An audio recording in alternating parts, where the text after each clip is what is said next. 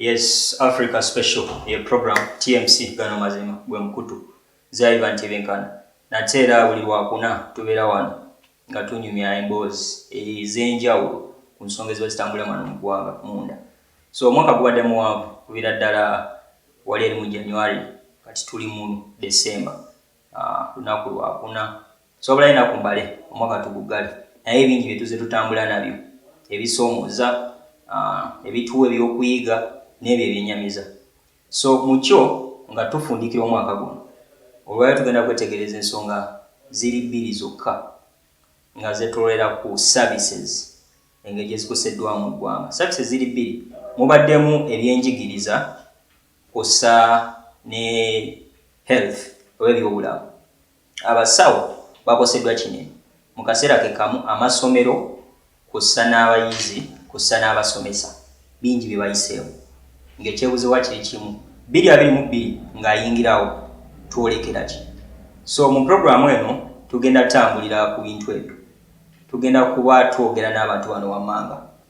Mulimu omusomesa ajja kuba tuwulira bye bayiseemu okuviira ddala mu 2020 nga lockdown tuziyingira paka wano natera nga twolekera 2022 ki kye basuubira.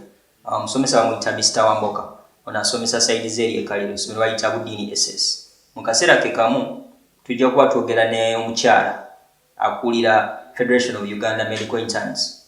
Bano bayintani bayise mu bingi okwekalakasa kubaddewo ne tulaba nga beetaaga ssente ezo ministry y'ebyobulamu yazibasuubiza naye nga tezituuka. Embeera gye bakolera fena tubadde tugiraba COVID-19 kuviira ddala mu 2020 tuli mu 2021 tulekera 2022 COVID y'omu. So tubadde tubiraba mu kiseera kyekimu ku byenjigiriza nga tukomyewo. Waliwo omuwala muyizi okuva wano Makerere University. Jjukira Makerere omwaka ogujja egenda kuba ejaguza emyaka 10, ewezeza emyaka 10 nga ewereza eggwanga Uganda. Ate si Uganda yokka, ne East Africa at large. Mulimu Kenya, abayizi bangi baveyo ne bajja wano, Tanzania, Rwanda. So nga baweza emyaka 10 ate ekyewuunyisa kiri kimu nti embeera tenakyuka. Abayizi abamu kubasomerayo tebakyasobola kukola bigezo. Ninsima Comfort ye mwana gwe tugenda okulaba ali mwaka gw'okubiri ayolekera omwaka ogusembayo naye tajja kukola bigezo nga tanamaliriza kusasula school fees oba oyinza okiyita tuition mu lulimi lwa university. So tujja kuba tulaba kivudde ku ki COVID ono university yongayo kikyerowooza. So ebyo n'ebyo ebirala tujja kuba tuyogerako mu programu eno nga tumaliriza omwaka guno. Abasomesa bamaze emyaka 2 nga tebakola amasomero maggale. So kitegeeza ki eri ebyenjigiriza by'eggwanga era bo ngabo abasomesa basobodde batya okuyita mu mbeera eno ye abaana be basomesa bo bali kuki bo bayimiridde. So tugenda connectinga ekkaliro kitundu kiri mu Busoga wali essomero bayita Budini SS eri omusomesa gwe bayita Mr. Wamboka. So tujja kuba twogera naye atuwulire obulamu buno babusanze batya era nga twolekera 2022 ki kye balowooza kiyinza okuddirira. What was the first impression that came into your mind as a student, administrator and working in the education system? What came into your mind the very first time a national lockdown was pronounced? Actually, when the national lockdown was announced, Yes. Our view was that it was going to be for some time like 30 days, as the president had said. Okay. So we thought it was going to be 30 days, and actually the majority of the students, they did not carry anything home, thinking that the lockdown was going to be for 30 days and they would be back to school. All right. But that did not happen. Okay. And the government just kept on increasing the days and the days until it was no more for them to have any hopes of coming to school. Okay. Actually, during that time, Mm. from March to October, Yes. some students had lost hope of being back to school. So nobody thought that it would take that long, actually. Okay. Most private school teachers are facing a problem in that they are not on the government payroll as per se. So how have they managed to get into, how have they come to reality with this situation? Actually, within our school here, Mm. we have teachers who are on the payroll and those who are not on the payroll. Okay. So it is like we also have a private school within a government school. Okay. These teachers who are not on the payroll have gone through, I can call it turmoil. They have gone through turmoil because Mm. they have suffered really. I can give you some examples here. Mm. We have been having teachers who could not even afford to get money to buy fuel like charcoal and so on. Okay. It helped them being in a rural area. Mm. They engaged themselves in some petty business. For example, we have been having teachers trying to burn charcoal here at within secondary school. Oh. Burning charcoal really to sell and get money. We have some teachers who engaged in agriculture. Okay. There are those who engaged in sugarcane growing. Had some of these teachers been in position to practice these activities before? Some of them have not been practicing actually. But they've been forced to learn. Yes, they were forced to learn and they went through hardship. Okay. There are those who were already engaged in agriculture. Okay. They put even more effort, and actually for them they have managed to reap something. Actually, there are those who are even studying, Mm. and they are getting income from the agriculture. They have been growing beans, they have been growing maize, and groundnuts actually. Groundnuts has some good price. They have been selling and getting some money to pay for themselves. Some at Makerere University, others at UCU. So talking about this trying period, how much of a damage has it been to the education system, and in particular, within SS as a school, the teachers, and then the other part of the students? How damaging has it been? It has been really damaging to our teachers. You know, some of our teachers, as I've told you, Mm. some of them are diploma holders and they were trying to go for upgrading. Okay. Now, this lockdown has made some of them to even pull out because they don't have money to continue sponsoring themselves. Okay. Yet, the universities have been going on to have them engaged in studies online and so on. Some teachers cannot even afford studying online. They can't. They cannot manage it because some of them don't even have these smartphones to stand online. Mm. Don't have computers, so it is a very, very big problem. Some have pulled out actually. Maybe they will rejoin afterwards. Then, Mm. coming to the finances, teachers have gone to the banks, especially those on the payroll. Okay. During this pandemic period, they have gone to the banks to get loans. Yes. Not even to develop, but just to maintain themselves. Mm. Because the burden on the payroll, when it comes, it is too little for a teacher to maintain himself when he's not, when education systems are not operating. You understand? 2 years is a very long time. Yes, it has been a long time. So what they have been doing is to go to the bank again to engage in getting loans. And they are going to take again some time to pay back those loans in the banks. Has the National Teachers Union been helpful at some point, or not at all? The National Teachers Union has not, apart from anyway, just hearing them talking about issues, but they have not helped teachers at all. Okay. Because they talked of giving teachers some boost from government, that the money which was about 20 billion shillings which the president talked of just ended in air, there in air. Nothing came through at any particular moment.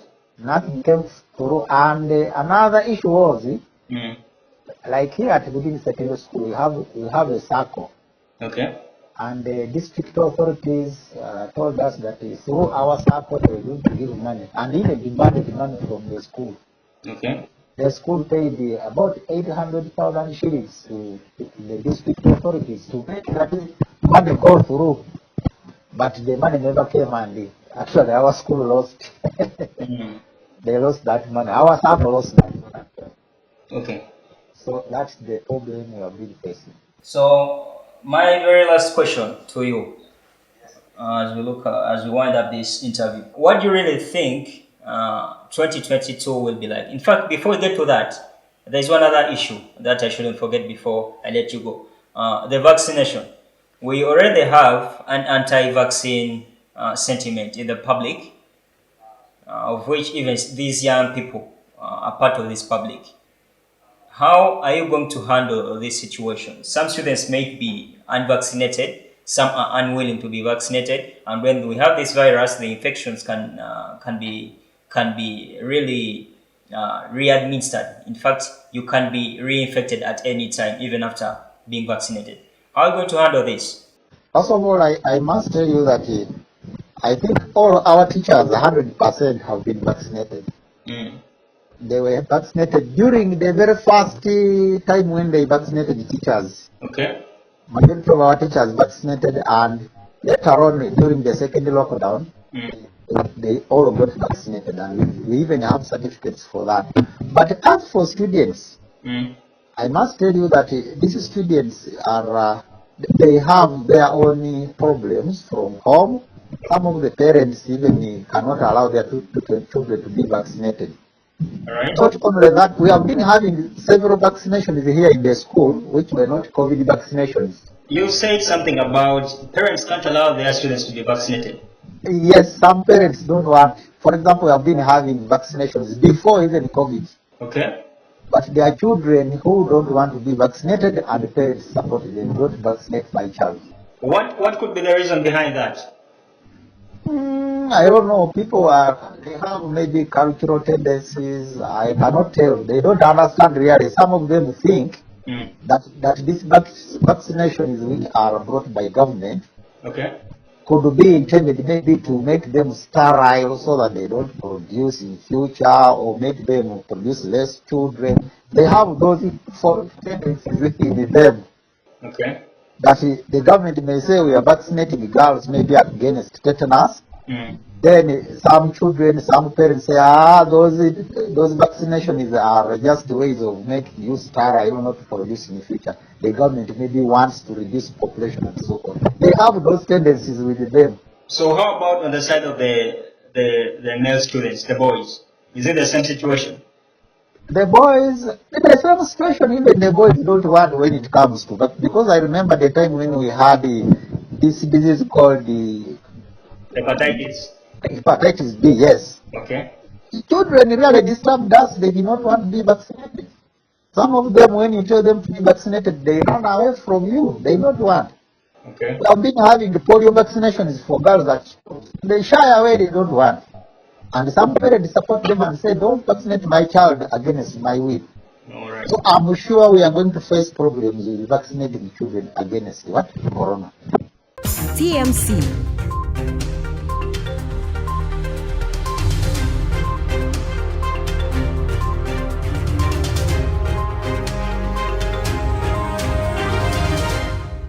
Tugenda tutandikirawa ku nsonga y'ebyobulamu, in fact ebyenjigiriza. Tulina omuwala oba oyinza omuyita omuyizi okuva e Makerere agenda tuwa embeera gy'ayiseemu, kubanga jjukira abazadde bangi bakalubiziddwa mu myaka gino ebiri, nga jjukira twoleka mwaka ogwokusatu ebyenfuna byabwe bikoseddwa okumala akaseera. So oyinza ogamba bafunye embeera etasanyusa. So nina guest gwe tugenda okwogera naye agenda tuwulira embeera gy'ayiseemu. Jjukira bagenda mu bibuuzo e Makerere, university zaggulawo mu mwezi gwa November. So tugenda tunuulira yeetaaga ssente naye ate ssente teziriiwo. Waba tazifunye ali most likely obutatula bibuuzo. So tugenda tutandikiraawo, tuyingire ensonga y'ebyobulamu gye bujjako awo nga twogera n'omukyala akulira FUMI, oyinza ogiyita Federation of Uganda Medical Interns, atuwulira omwaka gubatambuza gutya. Nisema Comfort nkwaniza ku program Africa Special. Tuba twogera ku nsonga ez'enjawulo. Omwaka gubadde muwanvu, bintu bingi bye tuyiseemu. Oli omu ku abo abayizi abali mu kumaliriza. Omuntu wabeera mu mwaka ogwokubiri abatunuulira ogusembayo. So from what I know is oli mwaka gwa kubiri e Makerere. Okola bachelors mu economics. Bachelor of Commerce. So nkwaniza ku program ojja sooka kusanga otunyonyole kikyoli then tulabe wetutandikira. Nyanziza amanya gange bampita Nisima Comfort nga bw'oyogedde ndi muyizi Makerere University college ya Kobam ndi mwaka gwange ogwokubiri tuli mu semester esembayo era nga bw'oyogedde tunyira okuyingira omwaka gwaffe ogusembayo. Ndi mwana wakuna n'abaganda bange abalala nina abansingako then ababiri abanzirako batyo balenzi. Covid tetugendedde bulungi nga bw'oyogedde naye kisinga mu byonna tulina obulamu. Nebaza Katonda mu ffenna weetuli tetulwadde corona atakyatukuuma. Kituufu. Kati mu by'okusoma tebibadde birungi, olugendo lwali terutambula bulungi. Laba okusoma twagala naye bingi ebitutawaanya. N'ogenda okusanga nga tolina fiizi oba tolina kino kale n'obeera mu embeera ey'okuyigirizibwa ng'omuyizi. Yes, so ogenza otuuka wano ku TMC nga olina ensonga zo. Kyensobodde okumanya kiri nti mu mwezi gwa January nga 3 to be exact 3 January mutandika ebigezo. So Makerere temukkirizibwa kukola bigezo nga temunamalayo tuition. Twagala tumanye obukalubiri buno buvuddewa. Wetaaga ssente mmeka era emyaka gino ebiri egisembyeyo obadde okalubizibwa mu ngeri y'emu oba? Mbadde nkalubizibwa mu ngeri y'emu kubanga omwaka ogwasookera ddala ngambe oba kyali kisa kya Mukama kinasobola okukola ebibuuzo mu first year semester esooka nga sisasudde ate first year togera mu 2019 nga corona tinaba kujja. So awo nina kale nafuna kanyamba kale tukyogere bwe kityo. Nafuna kanyamba nayogera nabeeranga kiyite ntya ng'eddoboozi lyange ne banzikiriza okukola ebibuuzo nga sisasudde.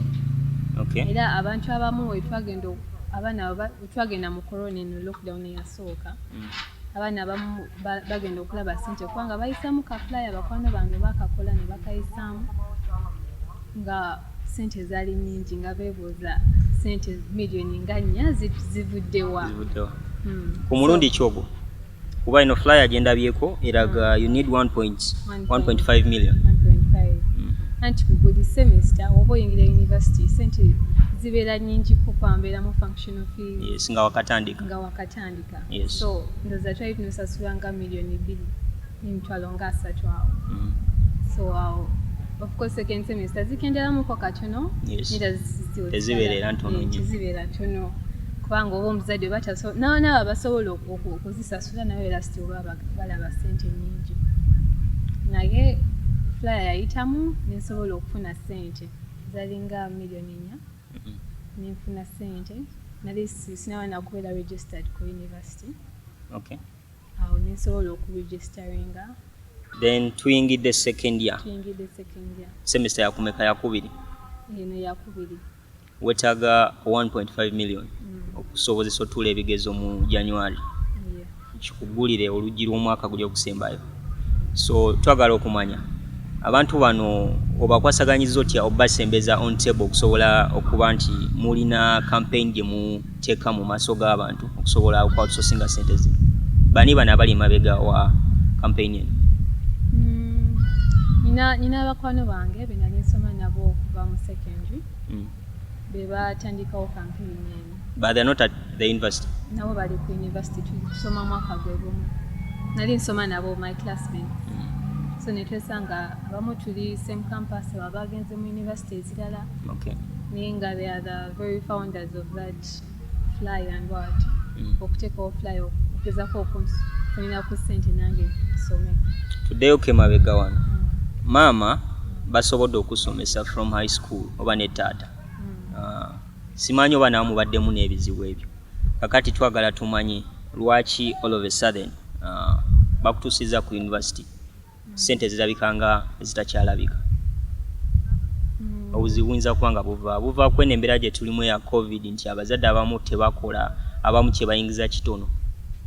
Era naye esobola okubeera challenge naye nga before ne covid kwanga like embeera y'okunyigirizibwa eno yatandika nga ndi mu senior yange ey'omukaaga. Senior 6. Yes, senior 6. Nga abazadde bange tebakyakola. Okay. Twafunamu ebizibu bingi, twafuna abalwala bangi, ne baganda nga bamu balwadde. One of my sisters, she's very sickly. Mulwadde, so n'ogenda okusanga nga sente ze bali bafuna zigenda mu kujjanjaba. So ne twesanga nga business daddy gye yali akola nerekerawo functioning. Bamuyimiriza over yali alina self-employment nga alina wholesale. Ate how about your mom? My mom, yali kyakola. The fact that my sister was sick, she's always there with her. So obukalubirivu buno mugezezzaako obulwanyisa kuviira ddala mu senior 6 12 tugambe 18 awo up to 2021. Njagala tumanye Makerere ekola etya bw'oba tonamaliza bibanja bya areas za tuition tebakukkiriza kukola bibuuzo? Ye tebakukkiriza, naye waliwo ndoza mu semester enewedde nalina sente zinali nga nsasuddeyo nga teziweddeeyo, so nengendako mu office nembasaba nkole ku bibuuzo naye bakukkiriza okukola ebibuuzo okusinziira ku sente z'oba olinayo. Bw'oba ng'olinayo sente kangambe nga 70% ku sente z'oba olina okusasula, basobola okukkiriza okukola papers nga 4 oba nga 3 depending on the balance gy'oba osigazizaayo. Okay. Ebiruubiro obadde na bingi. Ogenza okujja okukola bachelors mu commerce nga olina ky'otunuulira. Singa olemererwa okufuna obuyambi mu kiseera kino kitegeeza ki? Kitegeeza kosi ebirwa bye mba nina ebimu bigenda sijja gamba nti bijja kuba bifudde kubanga that's not the end. Naye wabeerawo a lot of hindrance. Muyinza okubeeramu aŋŋambe nti losing hope. Okay. Yeah, losing hope. Of course, memo nti ejja budde obujja nobeera nga you don't see ahead ng'owulira obulamu obukomyawo. Naye nga ekintu bwe kiba kize, you have to find a way of being positive. Ekiŋŋamba mba nina okwekuŋŋaanya funa engeri gye nnezzaawo nga nze kubanga this is not the end. Sinzasoose ate sinzasembayo. Tutunulidde campaigns zino, strategy eri emu ebadde okusobozesa okusoma Makerere ya campaigns. What else do you think should be done okusobozesa okuteeka mu mbeera nti campaigns zino ne bwe ziba teziriiwo nze nga comfort sobola okufuna obuyambi nemaliriza emisomo gyange Makerere? Kiki wandiyagadde otunuleko olabe nti kino kye nina okukola okusobozesa okufuna sente ezo? Twogere ku short term kubanga tuli mu second semester. Osigazaayo omwaka gumu. Tugateze semester z'ebbiri. Kiki oyagala kikolebwe mu bbanga lino nti osobola okumalako omwaka guli ogujja?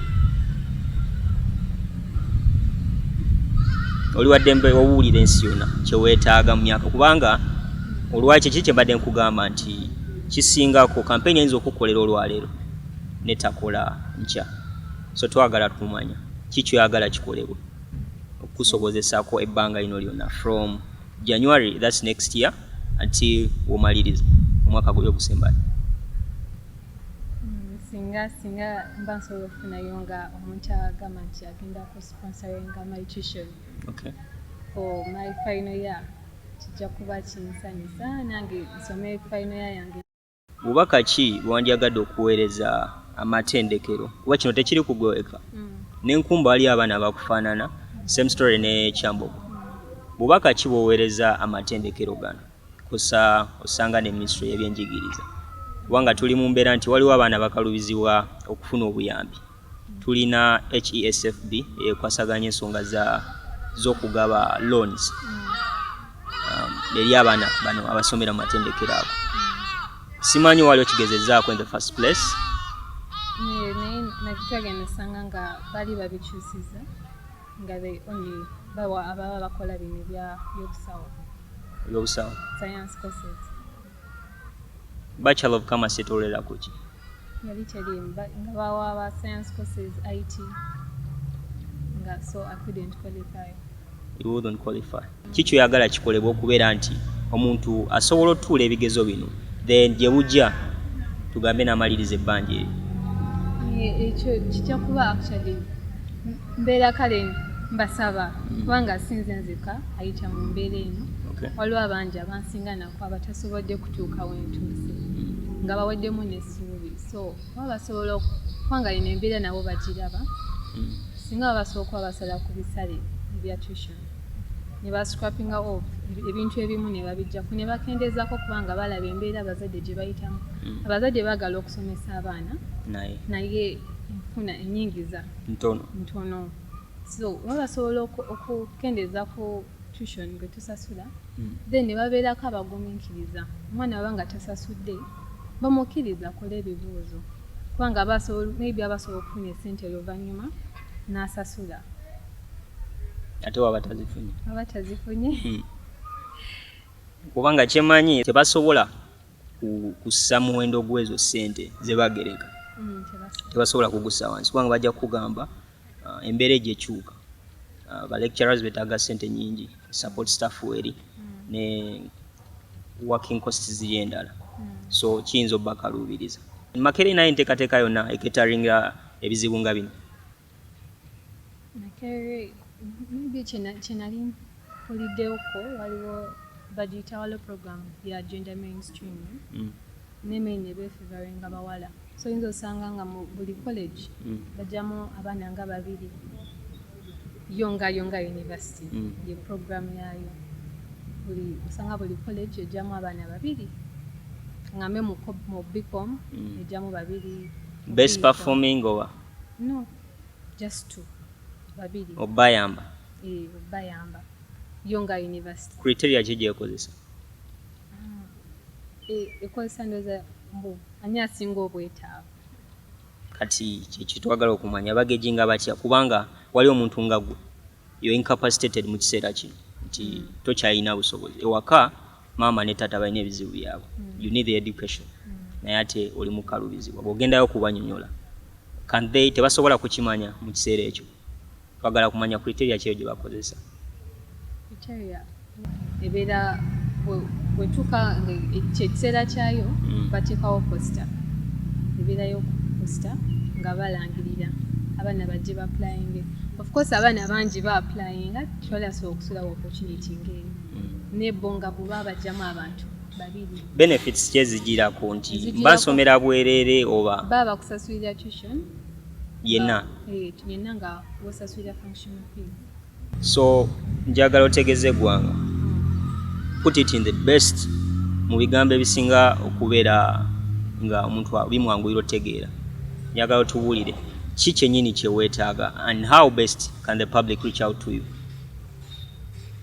Kyeneetaaga saawa zino yongeza ku ddoboozi katono. Kyeneetaaga saba buyambi kunyambako sobole okufuna tuition agenda okumazaako academic ya course gye nkola ya myaka 3, so by next year nja kuba mu mwaka final year yange. Okay. Yes. Ayagala okuntuukirira katonyo nga tona agenda ku personal contacts bw'okigattagattamu semester eno gy'ogenda okumaliriza ebibuzo bye mugendamu then eziri semester z'ebbiri ezisigaddeyo omugatte zibeera ssente nga meka? Zibeera nga nga ngaseeko nene semester eno gye bakubanja eno ndabye 1.5 from the flyer then kati neziri zonna zitambulira mu 1.5 ebbiri ezisembayo. No. Esooka eddako eringa mu 2.1. Okay, 2.1. Zonna wezigatta wamu. Njagala omugatte kuba kiki kye tubadde twogerako nti campaign obadde ozitunuulira nnyo but at some point oyinza okwesanga nga n'abakuyamba tebakoze eki tebasobodde. So twagala tulabe nti wewabeerawo omuntu ali wabweru eyo natunulira ekifaananyi kino bwe tuba tukola contribution tutunulira the bigger picture nti mu amaliriza mwaka gujja so twetaaga tushunwa semesters 3 so ze sente zetwagala okumanya wona mugate zibeera sente meka nga milioni 5 so nisima comfort wetaaga milioni 5 okumalirizaako emisomo kyo Maka University awatali ekyo buli kimu kiba kyonoonesa tubulire bayinza kutuukirira batya namba zange z'essimu nina MTN Airtel. Okay, you can read them for us. Airtel eli 0753 05 7818. Then MTN. Yeah, MTN eli 0773 18 94 30.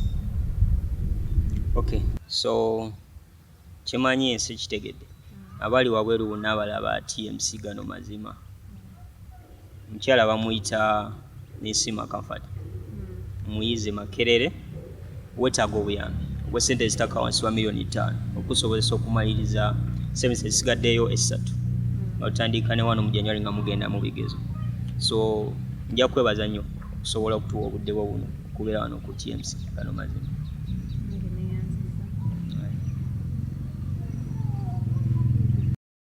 TMC.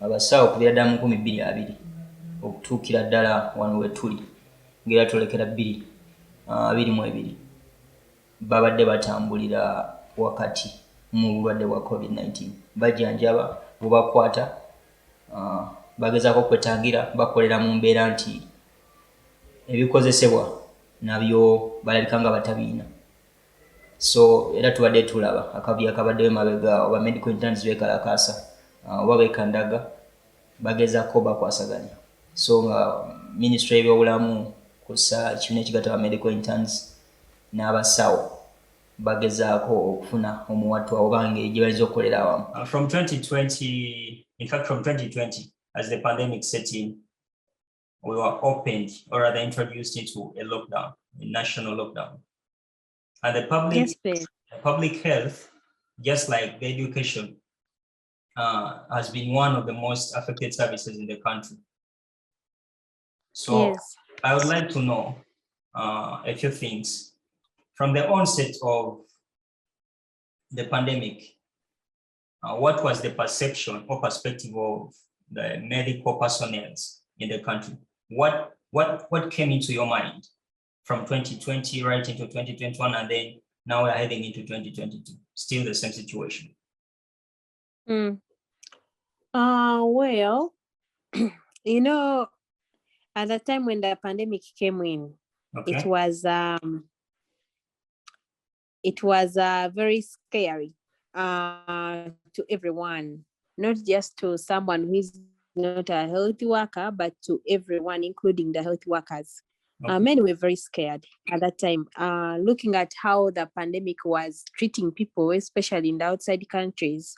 In America, in China, we saw people were dying really very badly. And, you know, it took some time to reach Uganda. Okay. So by the time it reached, people were already very scared. If you remember when we first got our first case, people were very scared.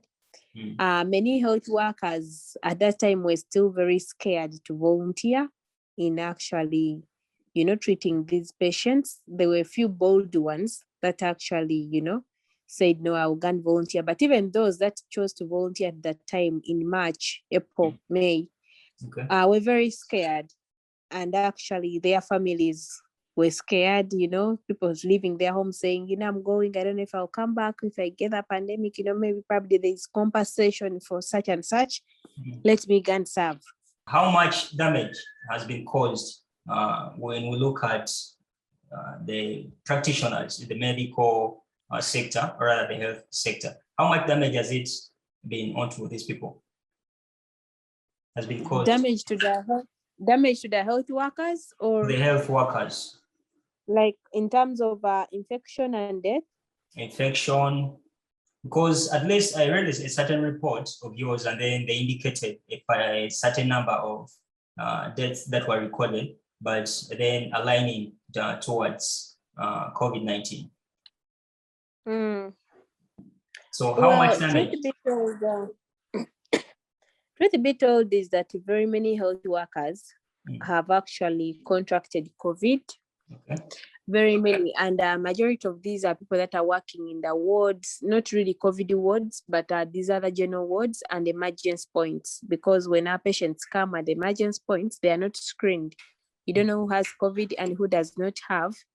And some actually are asymptomatic. By asymptomatic, I mean they are not having the signs, but actually have the COVID and have come for another illness in the hospital. You send them to your general ward because, you know, we still have limited resources. You can't screen everyone. You can only screen those that are showing signs and symptoms. So many have contracted COVID. Over 2,000 health workers have actually contracted COVID, and over 80 have died of COVID in our setting. Yeah. Over 80 health workers in general have actually died of COVID, and majority of these have been doctors. Okay. Majority of that have died, but also there are nurses, midwives, pharmacists that have passed on because of COVID. So it's been something. Sorry? How the families of these people come into reality with the fact that they lost their loved ones? Honestly speaking, I don't think that families of health workers are so different from the other families.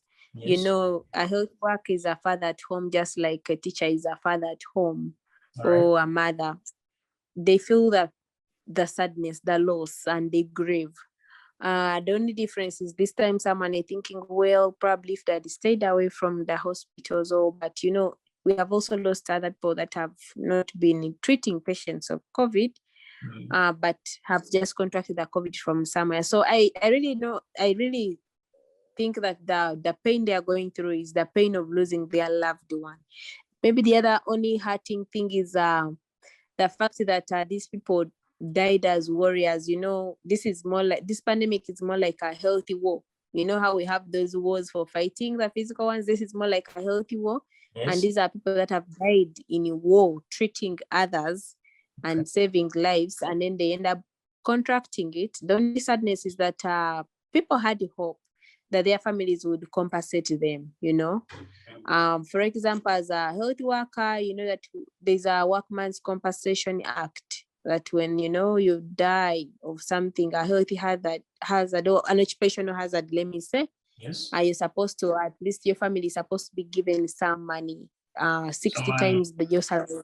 Yes. As compensation. But up to now, these families have not received this, and people seem to be playing a lot of politics around it.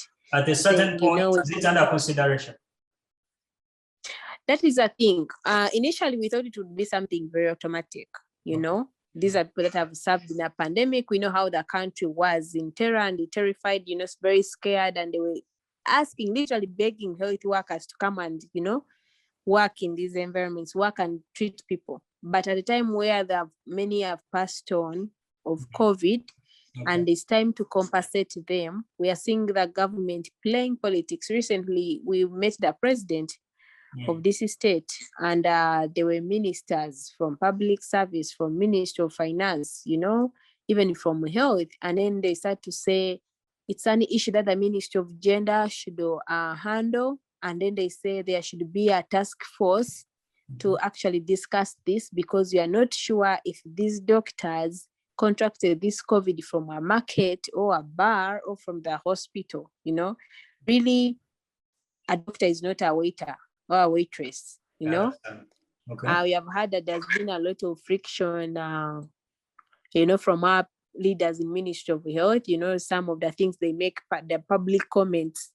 I'm an intern doctor, so I will speak on behalf of the intern doctors. We saw recently the comments from our Minister of Health. Yes.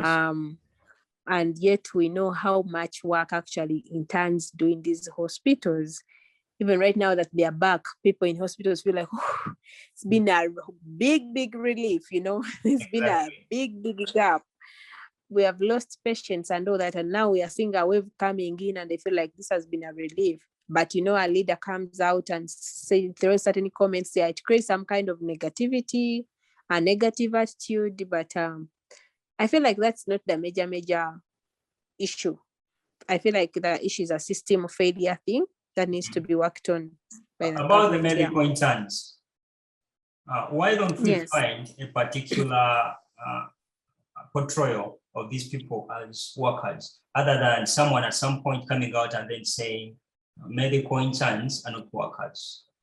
Because basically we are looking at people, it's more like if you compare them to practicing teachers who go for school practice, there is no way you're going to tell me that a teacher under practice isn't a teacher.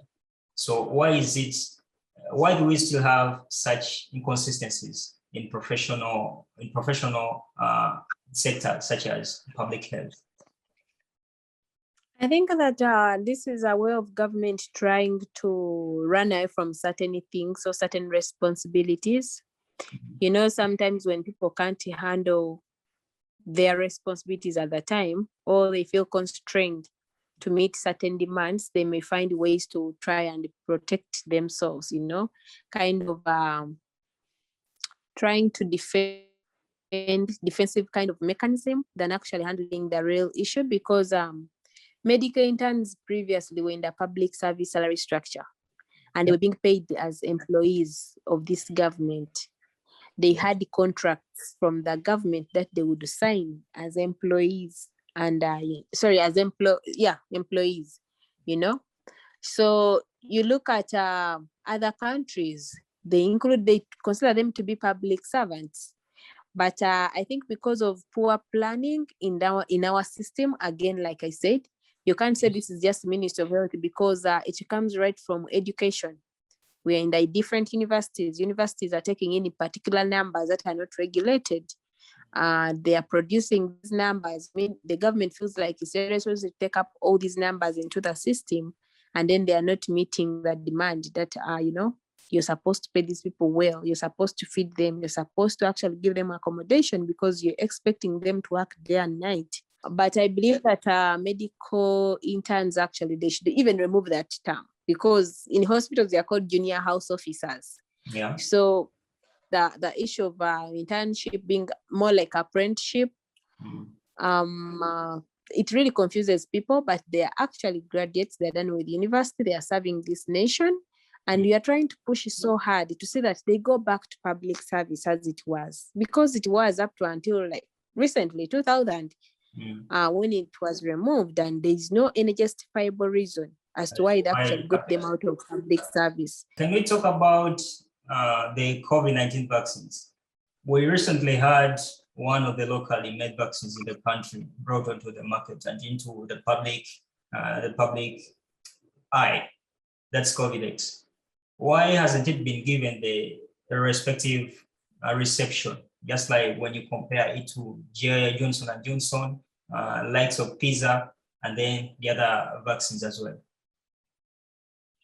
Well, I may not really have a direct reason to that, because they may look at it as an attack. Okay. I personally, never used the COVID-X. I never advised any of my patients to use COVID-X, for reasons that people had their own personal experiences. People said it worked. It really worked for them. But as a medical professional, looking at a drug that has gone through a series of tests, you know, and we call it research. When you're researching about a medication, we want to produce a certain kind of medicine. There are levels, there are steps it goes through, and a wide kind of testing to see. And then also looking at what are the side effects.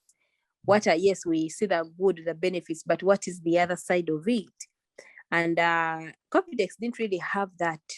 I don't know, but there's no point where we felt like, where we're told COVID-X, there's this drug called COVID-X undergoing a trial, or they've given it to this number of people and have responded like this. and some of these have gotten this or others have gotten this, you know. I'd like to know something. There is Yes, currently please. an anti-vaccine sentiment in the public. What do you think could be the reason behind most people shunning away from the fact that they really need to be vaccinated? I honestly don't know why people would not want to go for these vaccines, because they don't even give their reasons as to why they don't want to go for them. Someone just say, no, I can't go for that vaccine. But then you ask why. I've not had reasons as to why people don't want to go for these vaccines, but I would think that maybe because of misinformation. You know, some people say this thing, this pandemic, some people don't believe that COVID is actually real. Unlike for a health worker like me who is in hospitals, who has seen this thing torturing someone, fighting for their breath, you know, fighting to just breathe. They're on oxygen, over 15 liters per minute of oxygen. And I've seen someone in such a state treated the way the guidelines are and gotten well. And also I've seen those that have actually died and I've tested that it's COVID. You know, it's different for me. I know that this thing is not fiction, it's real. Okay. While some people think it's a coin kind of thing, more like it's a lie, it's not there. They invented this pandemic. They want to change our genetics, you know, I don't know. I've not found any valid reason as to why someone doesn't want to get vaccinated. To someone that has been following the international media, for the likes of Al Jazeera and then Reuters, if a youth out there reads a report that portrays a little bit of when it really shows, it relates the vaccines to the likes of blood clots and things like that, how would you explain to someone, such a person, to really not to bow to such reports that would deter them from getting vaccinated? To tell you the truth, there is no medication that is 100% safe. Even the Panadol, just the paracetamol we take. I don't think that the rates of clots, I've not read the actual percentage, but I don't remember. Sorry, I don't remember the actual percentage, but it was something like 0.1 or 0.01% kind of rates of the clots that actually the vaccines could cause. Now let's compare to something like contraceptives. Okay. Contraceptives have a very high rate of from blood clot formation and so many other side effects. Some will even cause cancer. Okay. But people have still used these. I don't know if you get. Let's look at the previous vaccines we have taken. Guys, we have been vaccinated as Ugandans almost. They used to be 7 killer diseases. Now they're over 12, you know? And you are taking our children for these vaccines throughout their childhood. They would really only bring something to save the population, to save you. You have believed in the same government and trusted it for the rest of the vaccines you've gotten throughout your childhood without questions. Trust them even at this point to choose the right vaccines for you. So please go get vaccinated, wear your mask, sanitize, and wash your hands. Protect your people at home. All right, Lillian, thanks so much for your time. Thank you so much too for the interview. All right, I wish you the very best. Jukira abantu ab'enjawulo be tutambudde nabo okumala ebbanga lino muli 3 Ways Property Consultants, njamwebaza Pombo African Restaurant naye mwali kosa ne Nalongo omuyizi w'amagumba ne Hidden Concepts. Bano bonna tutambudde nabo okubira ddala ku ntandikwa mu January paka wano wetuli ate era twolekera 2022. So ngenda beebaza nnyo kyekimu nammwe abali wabweru eyo abeekumidde ku TMC Gano Mazima kosa ne guli omukutu omulala TMC Sabulakati. Mbebaza okubeera nti mutambudde naffe okumala ebbanga otuwakadde ako ne wetegeeza bye tukola wamu ne wano ne wali n'owabula. So tusiima era tusiimira ddala era njasigala nkugamba nti weekuumire ku TMC mu kiseera kyekimu nkugamba nti ebirungi tebijja kukoma wano n'omwaka ogujja tujja sigala tutambula namu. Nze Ivan Tibenkana, Program Africa Special.